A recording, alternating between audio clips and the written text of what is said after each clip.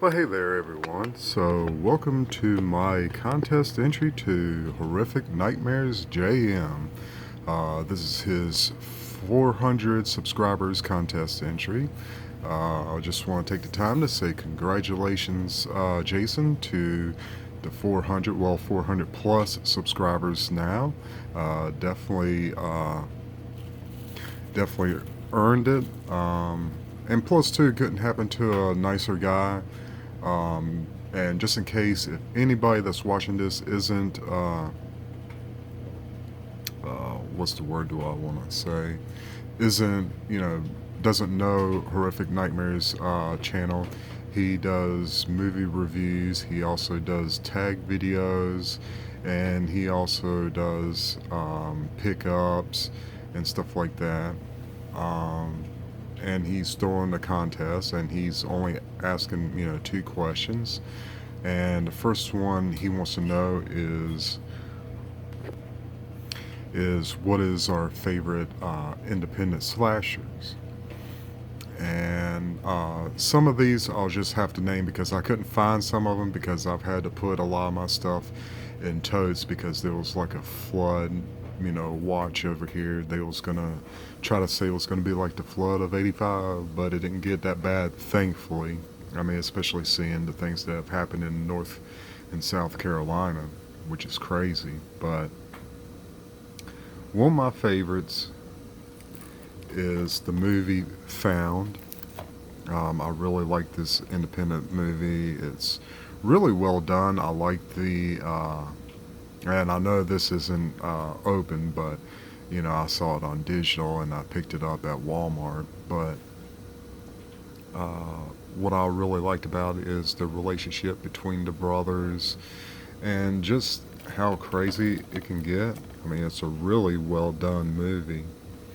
But my other favorite is the movie that the brothers was watching called Headless, which I've got the Blu-ray and it's like autographed by the people who did the movie. And I know some people, didn't like that movie as much because, the story isn't as strong as it is in Found. But to me, the way I looked at that one, it really wasn't meant to be. Because I mean, after all, it's based on a movie that they were watching. But what I really liked about Headless was just how crazy and brutal and bloody and violent that the movie was. I mean, it's just like really out there in the left park or whatever. So those two are my favorites, Found and Headless, two awesome indie flicks. And the next one he wanted to know was, he wants you to recommend some indie films that he hasn't seen. And the ones that, I'm not able to show, I'll put in the description below so y'all can check out the trailer to them. But one of the ones that I want to mention that really got me, interested in indie movies because when I was younger, I didn't really care for them because how cheap they look, and that was mostly because I didn't really understand about indie movies. Because I thought all movies were supposed to have like a certain look. Like some of the movies that have bigger budgets, but not like $100 million budget, but like a $20 million budget. But one of the movies that really got me interested in independent horror flicks is the movie There's Nothing Out There. And the reason why I brought that up is because in one of Jason's movies, I saw him with The Hazing, which is done by Rolf Konevsky, who also did There's Nothing Out There. And the cool thing to note, the movie There's Nothing Out There, he made that movie when he was 18 years old. And, it's super cheap, cheesy as hell, but it's awesome fun. It's one of those movies that I really love watching every summer. So that's Nothing Out There. And I'll leave a trailer in the description below. And one of my other favorites of the independent slashers is Kill That Bitch by Dustin Mills. But these are my recommendations. Some of these I'm sure you might have seen, and if you haven't, I guess it'll be, something to try to find. So first up, one of the movies I really like with one of my favorite independent actors, and he got his start in doing the Power Rangers show. It was like the Power Rangers RPM or something, and that is Blood Punch. I freaking love this movie. It is awesome. It stars Milo Cawthorn. That's him. And let me bring it up some. That's the look of him. And he was also in, oh shoot. I hate it when I get brain farts. But, let's see, Deathgasm. That's also another one of my favorite indie horror flicks. And if you haven't seen that, you definitely need to check that out. But this movie, before all these groundhog inspired horror movies started coming out, this one came out before most of those, like Happy Death Day and stuff like that. And it's a really cool movie. It starts out where like his character is in a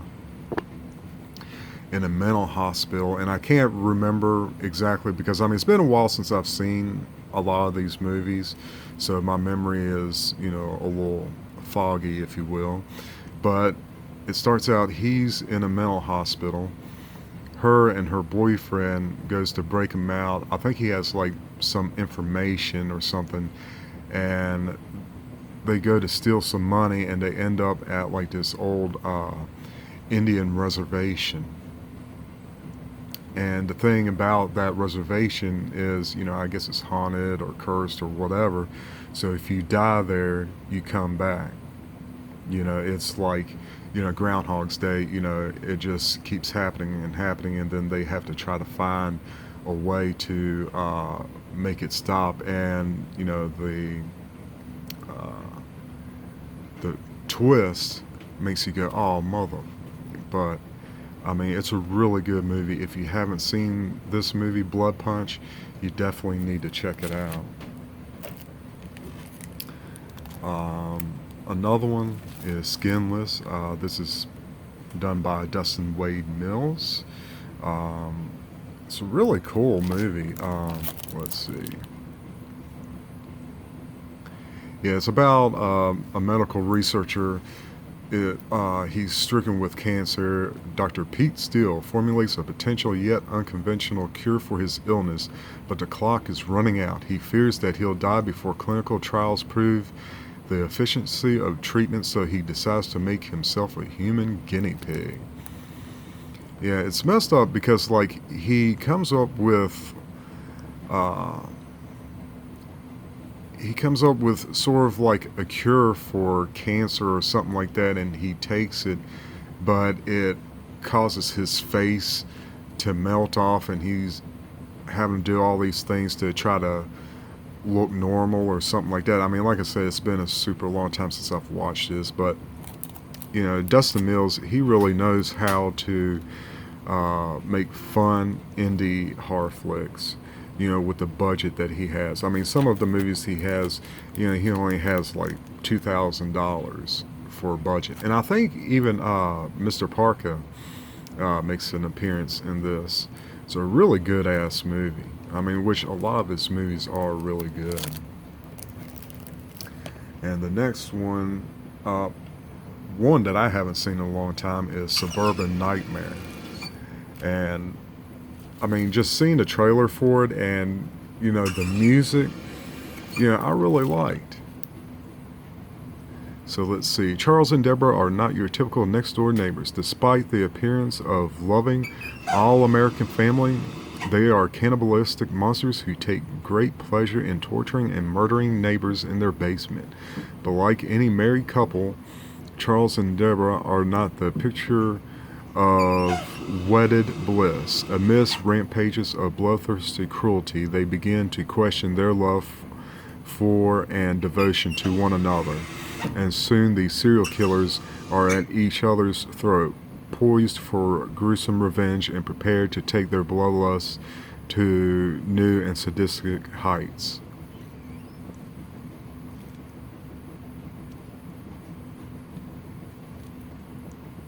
But yeah, I really like this movie. I mean, like I said, it's been a super long time since I've seen it, but just remember, like it was, one of my favorite indie horror flicks.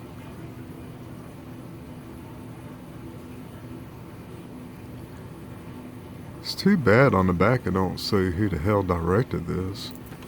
Maybe it says it on the front. Oh yeah, John Keyes. Huh. So it basically stars Trent Haga and Brandy Little, written and directed by John Keyes. It's a really good flick. Highly recommend this, and like I said, I'll leave a trailer for these so you can check them out.